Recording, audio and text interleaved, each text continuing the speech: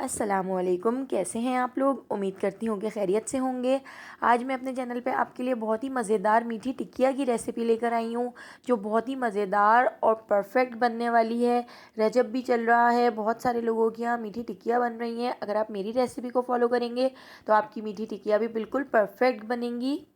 मीठी टिकिया बनाने के लिए मैंने सबसे पहले यहाँ पर 2 कप मैदा ले लिया है, जो बिल्कुल मैंने नाप कर लिया है।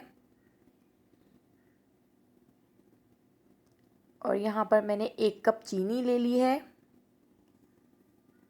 3/4 कप हमने यहाँ पर सूजी ले ली है। और आधा कप मैंने यहाँ पर गरम दूध ले लिया है। 1 टीस्पून इलायची पाउडर, 3 टेबलस्पून सफ़ेद तिल और 4 टेबलस्पून मैंने यहाँ पर पिसा हुआ खोपरा ले लिया है।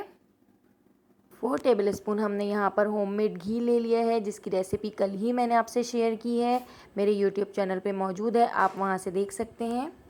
अब एक बड़े से बाउल में हम गरम दूध डाल देंगे, हाफ़ कप।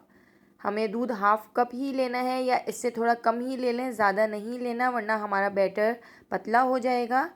और यहाँ पर हमने ले ली है पिसी हुई चीनी।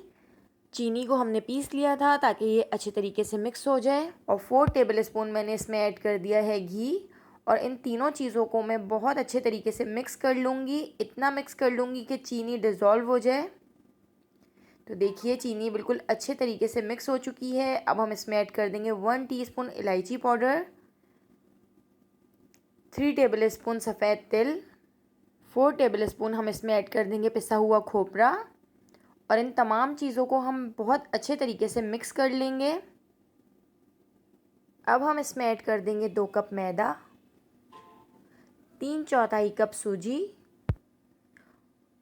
और इन दोनों चीज़ों को हम मिक्स करके इन तमाम चीज़ों को एक साथ बहुत अच्छे तरीके से गूंद लेंगे और एक सेमी सॉफ्ट डो तैयार कर लेंगे, जो ना ज़्यादा पतला हो और ना ज़्यादा थिक हो। तो देखिए कितने अच्छे तरीके से हमारा आटा गूंद चुका है। अब हम इसको कवर करके 2 घंटे के लिए रख देंगे ताकि ये थोड़ा सेट हो जाए। जनाब, तो 2 से 3 घंटे मैंने इसको रख दिया था और ये अच्छे तरीके से सेट हो चुका है। अब हम इसको थोड़ा सा और गूंद लेते हैं और इसको पार्टीशन में तोड़ लेते हैं इस तरीके से। और 4 पेड़े हम तैयार कर लेंगे इसके। तो देखिए 4 पेड़े तैयार हो चुके हैं। अब हम एक पेड़ा लेंगे और उसको थोड़ा सा मोटा बेलेंगे।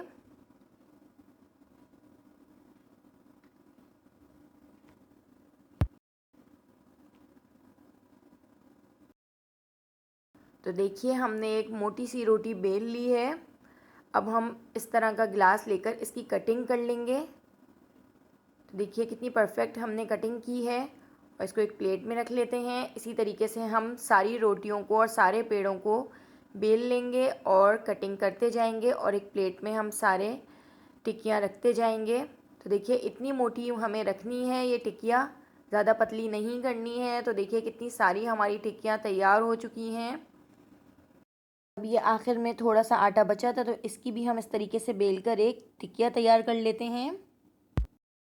अब हमने ऑयल गरम कर लिया था और 4-4 टिक्कियाँ करके हम इसमें डालते जाएंगे और मीडियम टू लो फ्लेम पर हम इसको फ्राई करेंगे।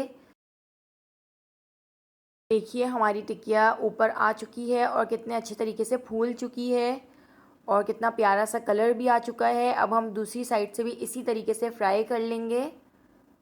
हमें इसको प्यारा सा सुनहरा सा कलर आने तक फ्राई करना है, इससे ज़्यादा फ्राई नहीं करेंगे वरना ये बहुत ज़्यादा ब्राउन हो जाएगी।